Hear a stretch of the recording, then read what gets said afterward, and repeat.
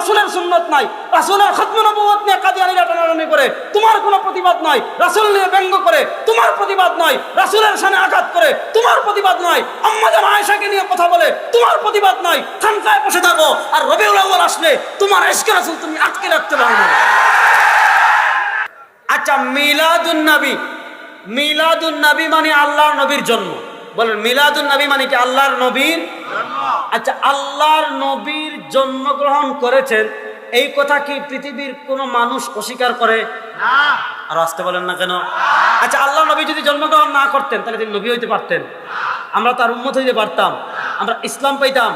তাহলে আল্লাহ নবী যে জন্মগ্রহণ করেছেন এই কথায় পৃথিবীর কারো মধ্যে কোনো ইখতিলাফ? আচ্ছা বলেন, আল্লাহ নবীর জন্মে আমরা খুশি না বেজার? বুঝে বলেন, কারা কারা খুশি একটু হাত তোলেন তো। আল্লাহ নবীর জন্মে আমরা খুশি, এই কথায় সবাই একমত। আল্লাহ নবীর জন্ম উপলক্ষে আমরা খুশি প্রকাশ করতেও চাই। বলেন আমরা খুশি প্রকাশ করতে চাই। এবার প্রশ্ন আসেন, আমরা খুশি প্রকাশ করতে চাই কিভাবে? যেভাবে করেছেন নবী এবং সাহাবা একরাম সেভাবে। বলেন, যেভাবে করেছেন নবী এবং সাহাবা একরাম। আচ্ছা বলেন তো, আল্লাহর নবীর জন্য আমরা যতটুকু খুশি হয়েছি, আমাদের থেকে আবু বকর রাদিয়াল্লাহু তাআলা বেশি খুশি হয়েছেন কি হন নাই? আমাদের থেকে রাসূলুল্লাহ সাল্লাল্লাহু আলাইহি ওয়াসাল্লাম খুশি বেশি হয়েছেন কি হন নাই? দেখেন, আল্লাহর নবী নিজেও খুশি হয়েছেন, আল্লাহর নবী নিজে তার জন্ম উদযাপন করেছেন।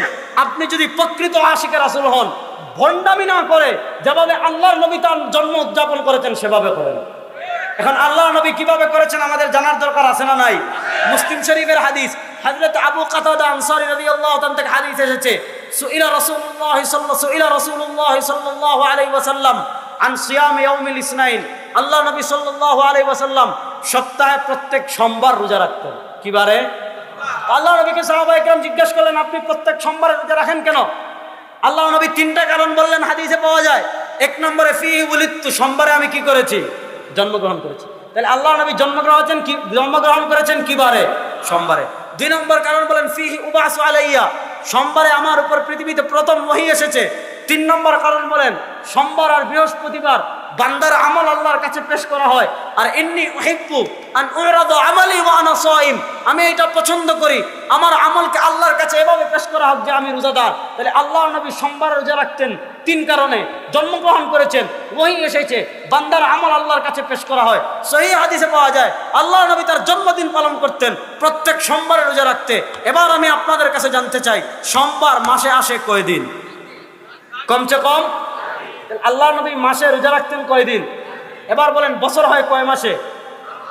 কুড়িগ্রামের মুসলমান বলেন না কয় মাসে?